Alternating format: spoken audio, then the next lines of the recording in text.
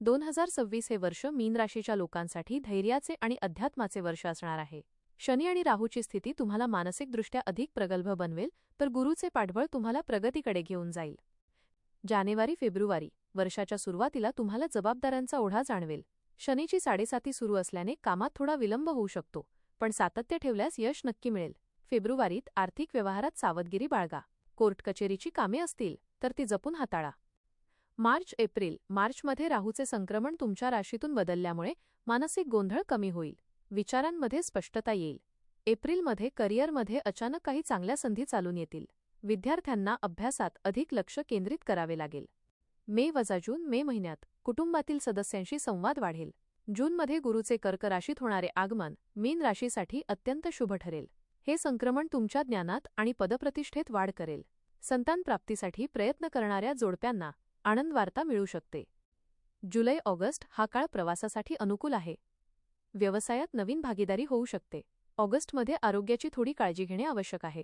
विशेषतः पाय किंवा स्नायूंचे दुखणे त्रास देऊ शकते. उत्पन्नाचे नवीन स्रोत निर्माण होतील. सप्टेंबरमध्ये तुमच्या सर्जनशीलतेला वाव मिळेल. रखडलेली कामे वेग धरतील. ऑक्टोबर महिन्यात घराच्या सजावटीवर किंवा दुरुस्तीवर खर्च होऊ शकतो. धार्मिक आणि आध्यात्मिक कार्यात तुमचा सहभाग वाढेल, ज्यामुळे मनाला शांती लाभेल. नोव्हेंबर-डिसेंबर वर्षाचा शेवट लाभदायक असेल. जुन्या गुंतवणुकीतून चांगला फायदा मिळेल. नोकरीत बढती किंवा पगारवाढीचे योग आहेत. नातेसंबंधांमधील दुरावा कमी होईल आणि कौटुंबिक सौख्य लाभेल. महत्त्वाच्या क्षेत्रांमधील मुख्य प्रभाव. करिअर आणि व्यवसाय. शनीची 7.5 तुम्हाला मेहनत करायला लावेल, पण गुरूची दृष्टी तुम्हाला सुरक्षित ठेवेल. व्यवसायात कोणताही मोठा बदल करण्यापूर्वी अनुभवी व्यक्तींचा सल्ला नक्की घ्या. आर्थिक स्थिती. आर्थिकदृष्ट्या हे वर्ष बचतीचे आहे. अनावश्यक खर्चावर नियंत्रण ठेवल्यास वर्षाअखेरीस तुमची आर्थिक स्थिती मजबूत असेल.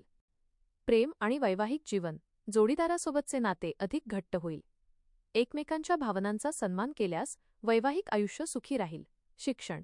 उच्च शिक्षणासाठी परदेशात जाऊ इच्छिणाऱ्या विद्यार्थ्यांसाठी वर्षाचा उत्तरार्ध जून ते डिसेंबर अत्यंत सकारात्मक आहे. विशेष उपाय. दर गुरुवारी विष्णू सहस्त्रनामाचा पाठ करा किंवा ऐका. कपाळावर केशर किंवा हळदीचा टिळा लावा. गुरुजन आणि वडिलांचा आशीर्वाद घ्या.